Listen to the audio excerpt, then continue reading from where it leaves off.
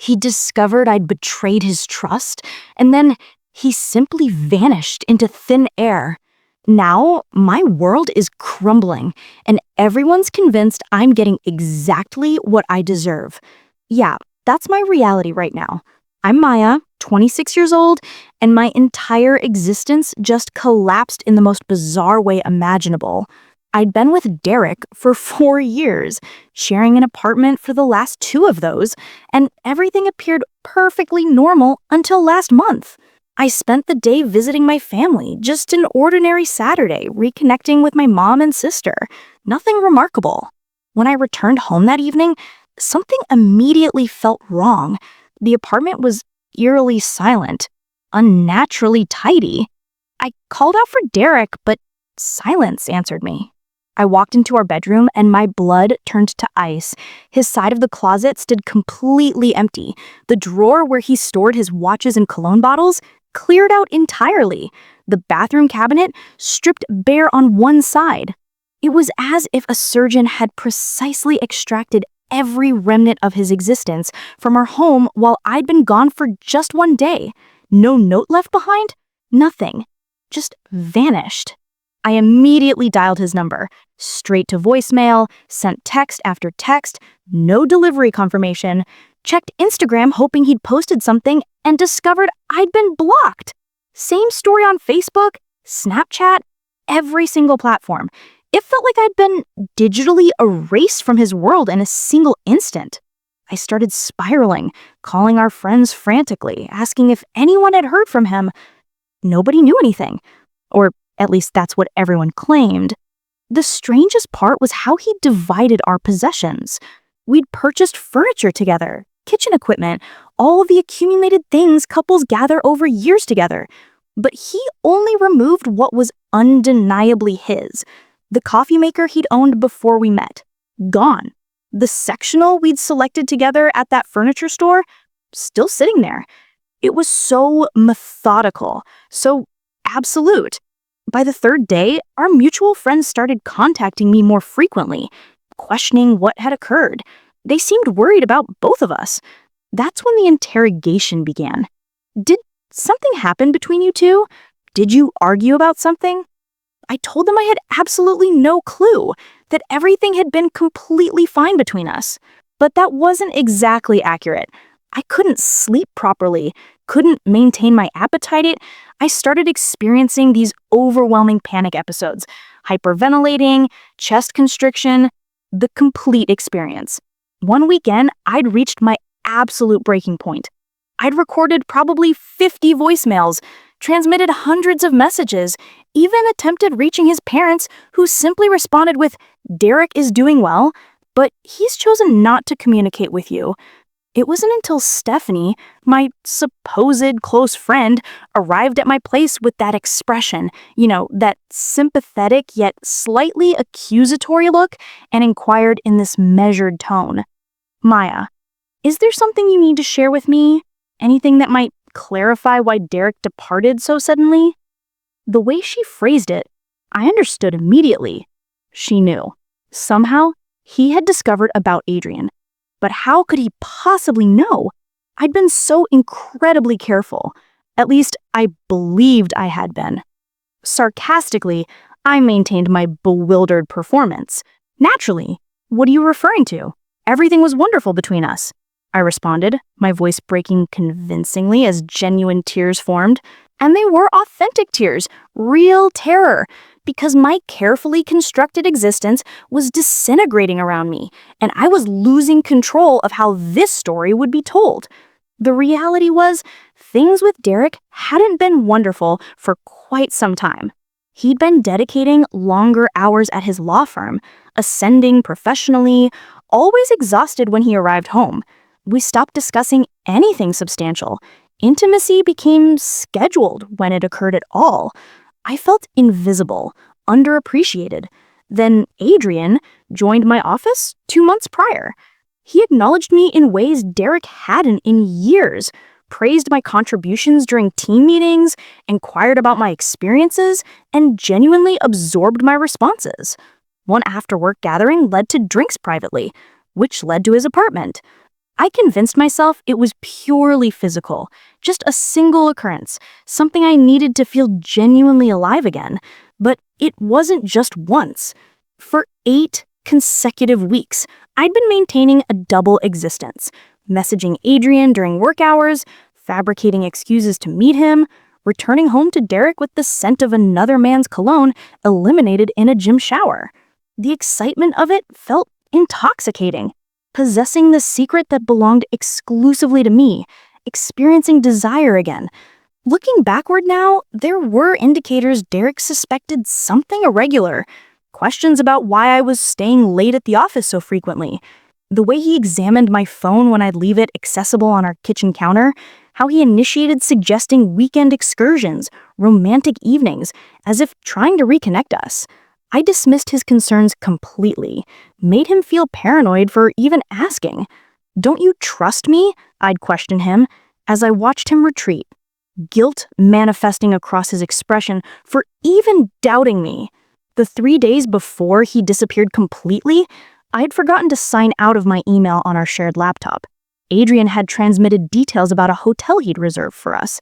Not our first time, but definitely the most explicit communication.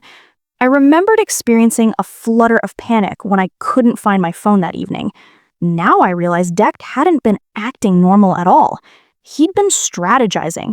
While I was carelessly conducting my affair, he was systematically organizing his departure. "She's the villain here," I whispered to my empty apartment, trying to convince myself. Who abandons someone without a conversation, without an opportunity to explain or apologize? I deserved at least a confrontation. Tears, accusations, something to provide me the opportunity to plead forgiveness, to promise it would never happen again. His silence was infinitely worse than anger could ever be. 2 weeks after he vanished completely, Stephanie called back, her voice strange, emotionally distant. "Derek reached out to me. He wanted me to verify you're managing okay." "What? Where is he located? Did he mention anything about his reason for leaving?" My heart accelerated frantically. A silence. "Maya, he knows about Adrian. He has evidence. He showed me the communications." "What are you talking about?" "Don't," she said, her voice hardening noticeably. "Just don't continue lying. He has screenshots captured, hotel receipts saved. He even followed you one evening. He witnessed you with him personally." I disconnected and hurled my phone across the room violently. The worst aspect wasn't that Derek knew the truth completely, it was that now others were beginning to discover it as well. 3 weeks in, and everything was systematically falling apart. After Stephanie's revelation, the floodgates opened wide. Derek had apparently transmitted evidence of my affair to several of our closest friends privately. Not publicly displayed, not vindictively broadcast, just privately shared, explaining why he had departed so abruptly. One by one, my support system crumbled around me. "I can't believe you made us worry about you when you were the one cheating," Carmen messaged, before blocking me entirely. "Derek is devastated. How could you possibly do this to him? To us? We trusted you completely," wrote Brandon, who'd attended our housewarming celebration, who had helped Derek select my birthday present last year. "You know what your problem is?" My sister finally erupted after listening to me spin the same justifications for the 5th time repeatedly.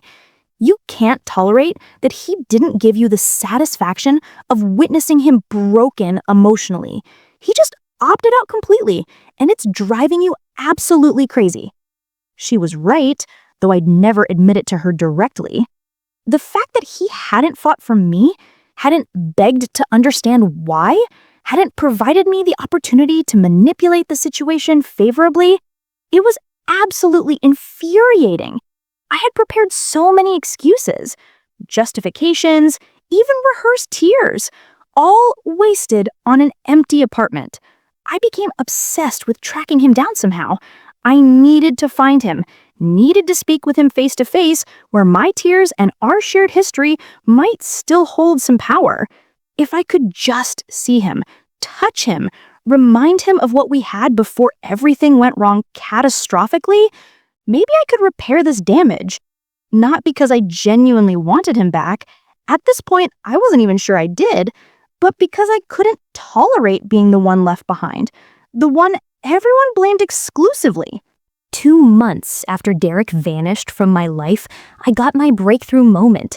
A casual scroll through a mutual friend's Instagram stories revealed a location tag visible, a new coffee establishment across town, and there, in the background of a group photograph, barely visible but unmistakable, Derek sitting at a corner table, laptop open, looking absolutely fine.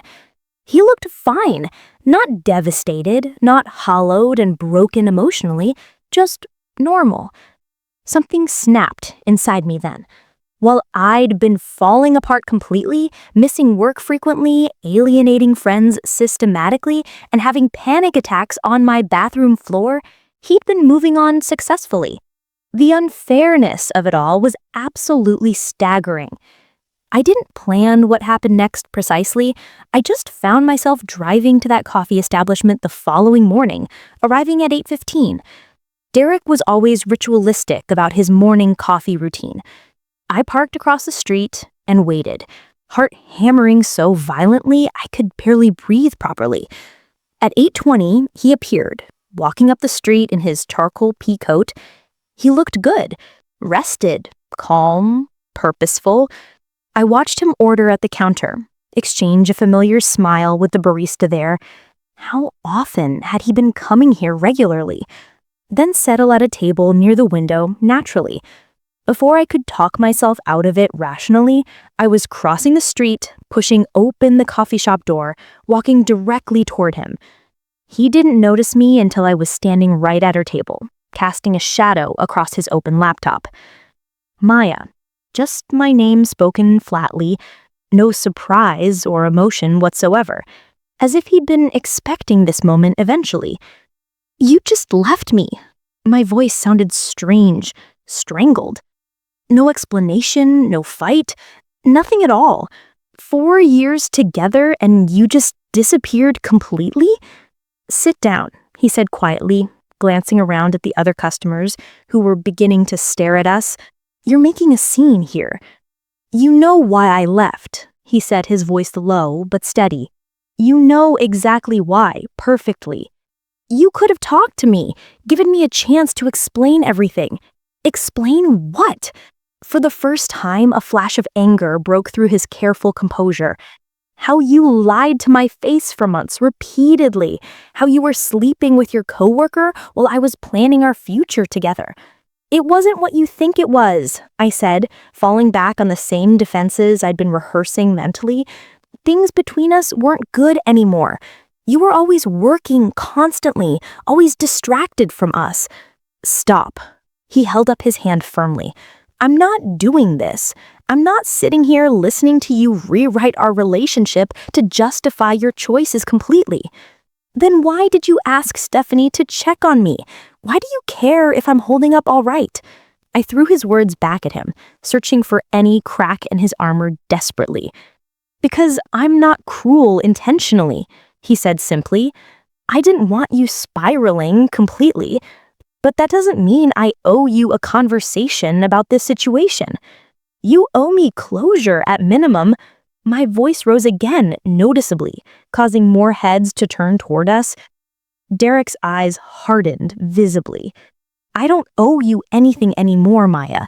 You ended our relationship the moment you decided to cheat. I just made it official publicly. The barista approached, concern on her face clearly. Everything okay here? It's fine, Rebecca, Derek said. He knew her name, naturally. Of course he did. I was just leaving now. He stood gathering his things with maddening calm. No, I grabbed his arm. You don't get to walk away again like this. I need... Ma'am, the barista interrupted. I'm going to have to ask you to lower your voice or leave immediately. Gently removed my hand from his arm. What you need isn't something I can give you anymore, Maya.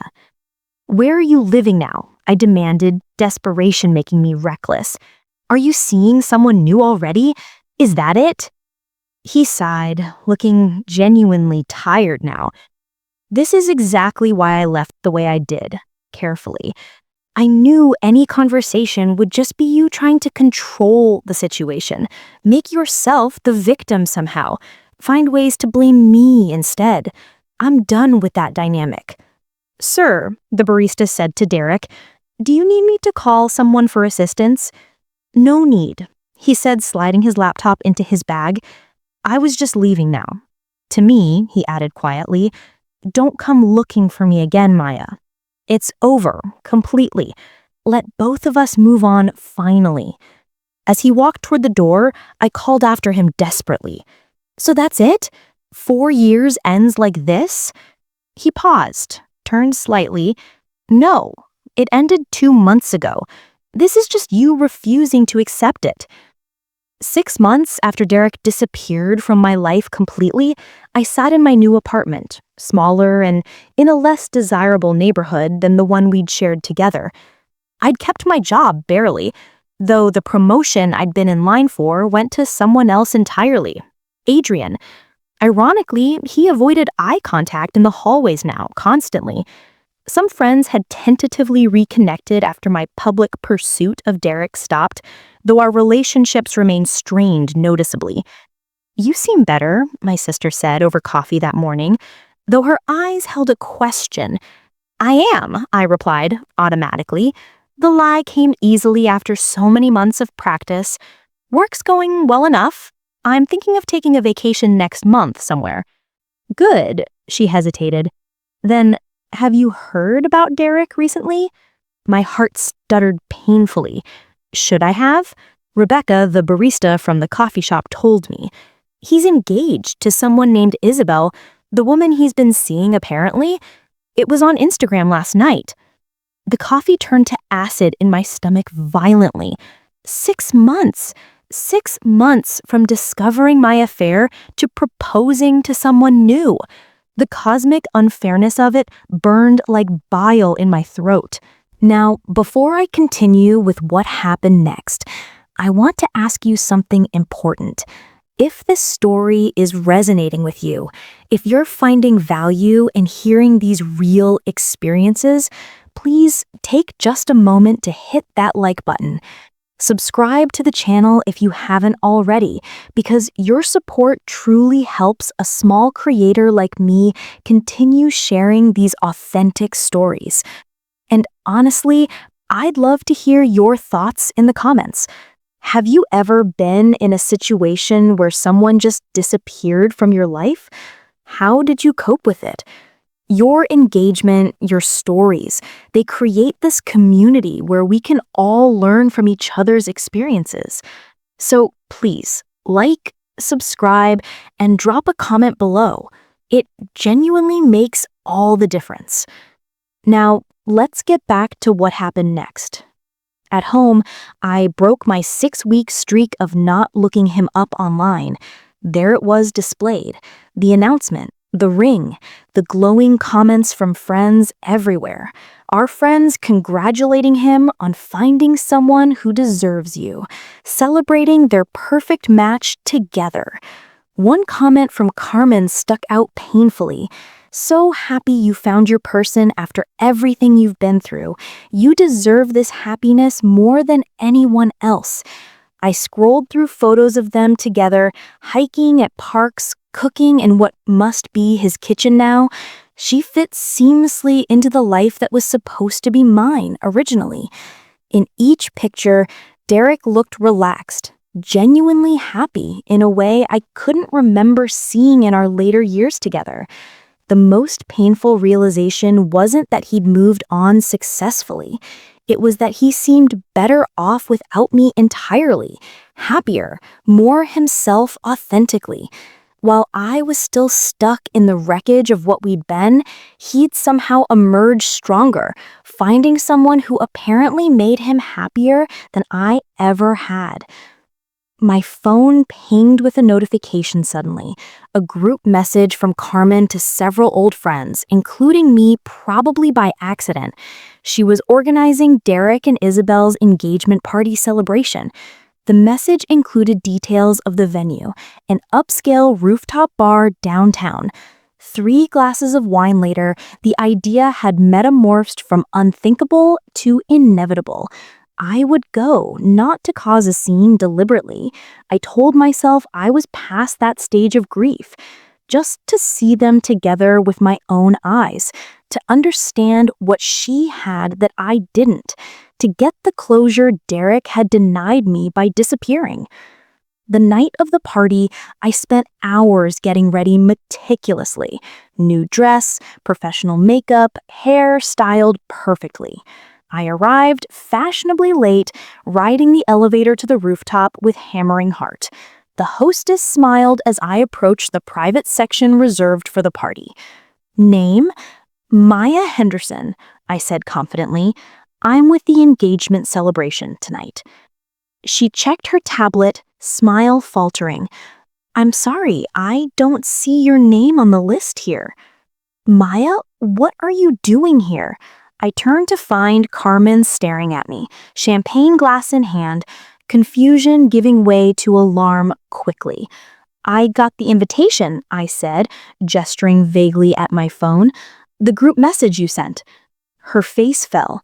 That was sent to you by mistake. You know you're not supposed to be here tonight. More heads were turning now, and then, through the crowd, I saw him.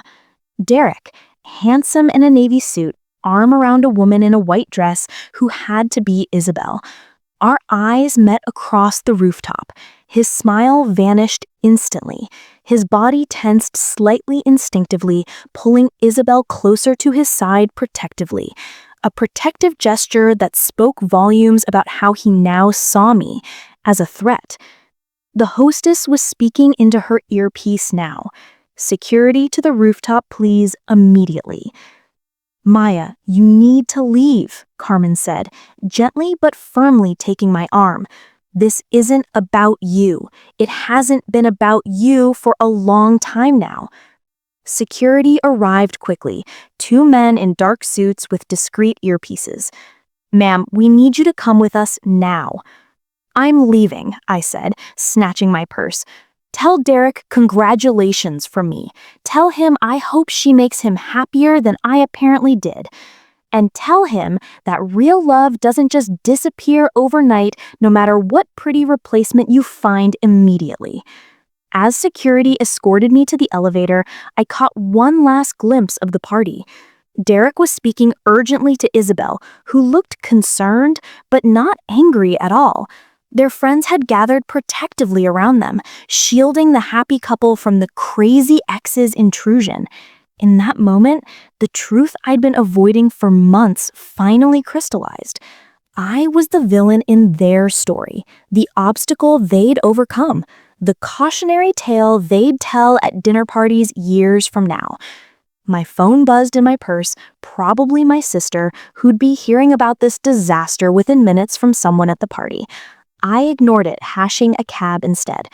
I couldn't face anyone right now, not even the one person who still tried to love me through my worst moments. Eventually, I checked my phone reluctantly, 3 missed calls from my sister, 2 texts from her. Please tell me you didn't go to that party, followed by call me ASAP immediately. A message from an unknown number. This is Isabel. We need to talk soon. My heart stopped completely. Isabel, Derek's fiancée, had my number somehow. My thumbs hovered over the screen, mind racing frantically. I finally typed, when and where exactly? The response came quickly. Tomorrow, 2 p.m., Riverfront Coffee on Main Street. I slept poorly, imagining every possible scenario. The next day, I arrived at the coffee shop 20 minutes early, choosing a corner table with a view of the door clearly. At exactly 2, she walked in. I recognized her immediately from the photos, though she looked different in person somehow. Taller than I had imagined, with a quiet confidence in the way she carried herself naturally. Whispers. No visible engagement ring. She'd removed it, I realized, for this meeting specifically. Maya, she said, sitting down across from me, thank you for coming today. Did Derek send you here? I asked immediately. No, she wrapped her hands around her mug. He doesn't know I'm here, and I'd prefer to keep it that way. Then why? I wanted to see you for myself, she said simply. To understand something. Understand what exactly? The woman who haunts him. Her bluntness caught me off guard completely. Even after everything, even with us engaged, there's this shadow. I can feel it sometimes when certain songs play. When we drive past your old neighborhood, something lingers. Whispers. So I was not completely erased after all. I still existed somewhere in his mind. Can I ask you something? She leaned forward slightly. Why did you cheat on him? The directness of the question stunned me completely. No one had asked it so plainly before. I, it's complicated, I stammered. I'm sure it is, she agreed. Most important things are complicated. We grew apart, I said finally, falling back on the easiest explanation. He was working all the time constantly. I felt neglected emotionally. It just happened naturally. She nodded, considering this. And was it worth it, the affair experience? Defensively, obviously not, I snapped. Look at my life now. That's not what I asked, she said gently. I mean, in the moment when you were deciding to cross that line, did you think it would be worth whatever consequences might come? Whispers. I didn't think there would be consequences, I admitted in a small voice. I never thought he'd find out, actually. And if he did, I trailed off, realizing how selfish it sounded. Titan delivery. You thought he'd forgive you, she finished for me. Fight for you, not walk away immediately. I nodded, throat tight. That's what I needed to understand, she said almost to herself. You never really knew him at all, did you? Voice rises defensively. I was with him for 4 years. Of course I knew him well. The Derek I know would never stay with someone who betrayed him.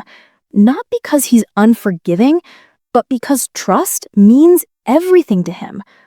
Once it's broken permanently. He doesn't do second chances with trust, ever. Desperately, I insisted. We could have worked through it if he just talked to me instead of disappearing. She interrupted. For him, there was nothing to work through, no conversation that needed to happen at all. Speaking slowly for emphasis, once you betrayed his trust, it was over completely. The Derek who loved you ceased to exist in that moment. How many times had Derek told me in different ways that trust was his non-negotiable? How many stories had he shared about his parents' toxic marriage built on lies and second chances that never fix the fundamental break? How had I missed that this was his line in the sand? Why are you telling me this? I asked, voice barely above a whisper. Because you're still waiting for a different ending, she said, still convinced there's unfinished business between you. And as long as you believe that, you can't move forward. Neither can he completely. Neither can I, honestly. Is that what this is? I gestured between us. You helping me move on so your relationship can be shadow-free? She considered this thoughtfully. Partly yes, I won't pretend this is purely altruistic, but also, she paused, choosing her words carefully. I know what it's like to be stuck in the aftermath of choices you can't take back. I should go, she said, gathering her things. Derek will be wondering where I am soon. As she turned to leave, a final question burst from me. Are you happy together? I mean, she paused, then looked back with a small, genuine smile. Yes, we are. And someday, Maya, I hope you find what makes you happy too. But you won't find it looking backward constantly. For the first time since he'd vanished from my life, I truly understood completely. There had never been a chance for reconciliation. No possible combination of words or tears or promises that could have changed the outcome. The moment I betrayed his trust, it was over. I just hadn't known it yet. The realization didn't bring peace exactly, but it brought something adjacent to it, a clarity that had been missing these long, painful months. The story had ended, not in the way I'd wanted or expected, but it had ended nonetheless, and I'd been the one who ended it with choices I couldn't unmake. I pulled out my phone and texted my sister. "Can I come over? I think I'm finally ready to talk, really talk, honestly." Her response came immediately. "Always. Doors open for you." I put my phone away and began walking, not looking back. Derek was gone. The life we'd planned was gone. The woman I thought I was, the good person, the victim, was gone too. All that remained was who I might become next in the aftermath of my choices. Whether I'd learn from them or repeat them. Whether I'd continue blaming everyone else for my unhappiness or finally take responsibility for creating my own. The path forward looked lonely and uncertain, but for the first time in 6 months, at least it looked forward. Not back at what I lost, but ahead to what I might still find if I was brave enough to face myself honestly at last.